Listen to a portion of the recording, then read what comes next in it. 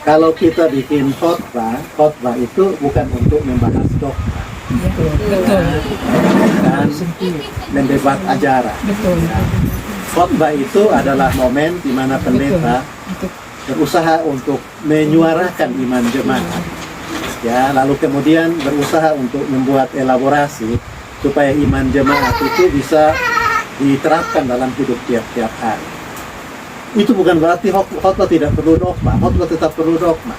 Tapi dogma itu bertugas untuk dalam khotbah untuk menjadi semacam tata bahasa, ya, membentuk paradigma kita berpikir supaya kita menempatkan iman jemaat itu dalam kerangka yang benar dengan Tuhan, lalu kemudian dia berimplikasi pada hidup masyarakat. Kalau mau bahas dogma, itu bahas di kuliah, di seminar, di persidangan-persidangan, atau di ruang-ruang PA seperti itu. Ya, di khotbah kita tidak membahas dogma dan ajaran. Kita menjadi juru bicara iman jemaat dan membangun jembatan antara iman itu dan kehidupan sehari-hari. Nah, itu yang disimbolkan dengan surat Alkitab.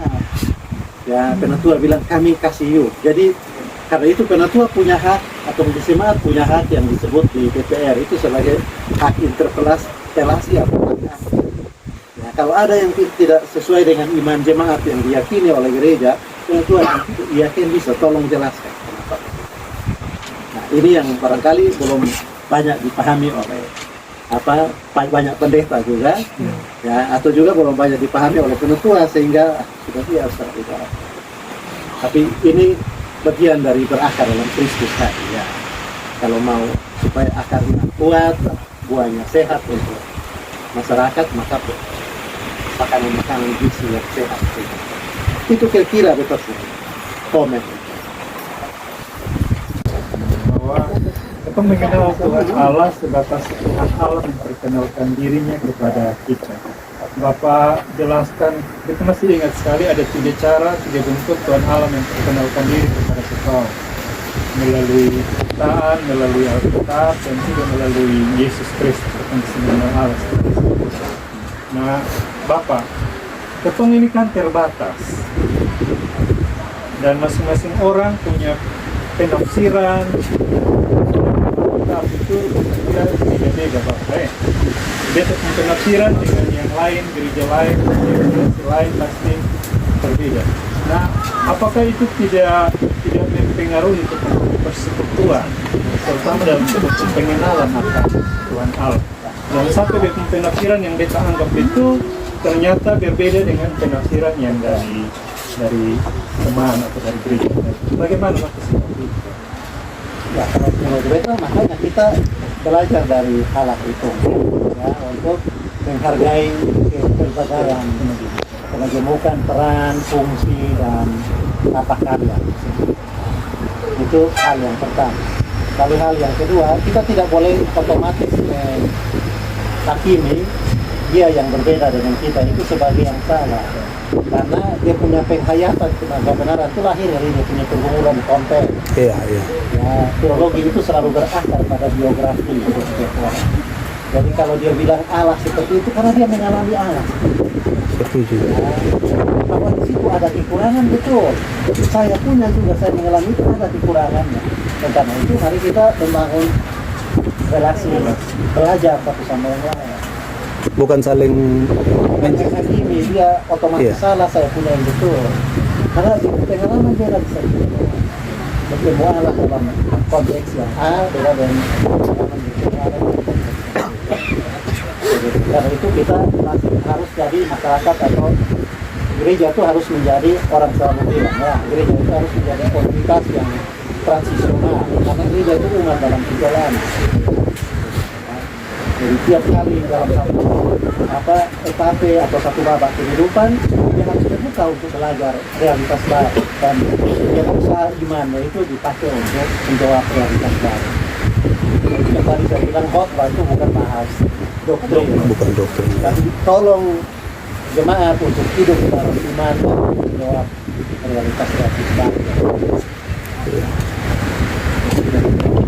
Nah, kalau Allah, Pak Pendeta, kalau Allah itu hakikatnya Esa, tapi dia hadir dalam pribadi yang berbeda. Lalu juga ada penjelasan bahwa anak tidak bisa sama dengan Bapa tidak bisa sama dengan anak. Itu menurut Pak Pendeta Karmana. Lalu kaitan dengan ketika Thomas tanya di Yesus, tunjukkan kami Bapa itu. Ya Yesus bilang, telah sekian lama engkau bersama-sama aku. Nah, ketika engkau melihat aku, engkau melihat Bapa. Itu bagaimana? Sementara ada penjelasan bahwa anak tidak sama dengan Bapa tidak sama dengan anak atau tidak sama dengan roh. Itu Karmana Pak Pendeta. Ya, kita mesti pilah ya. Allah, Bapa, Anak, dan Roh itu sama dalam esensi, dalam hakikat, dan dalam ilahiyah.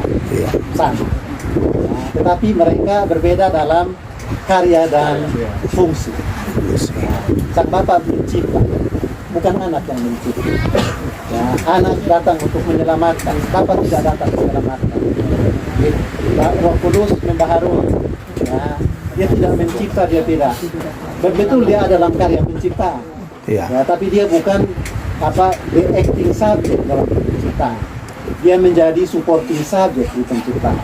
Itu juga Bapak ada di karya, tapi bukan sebagai acting ya. Dia jadi supporting. Nanti di Roh Kudus begitu juga. Roh Kudus yang jadi acting, Bapak dan Anak yang jadi.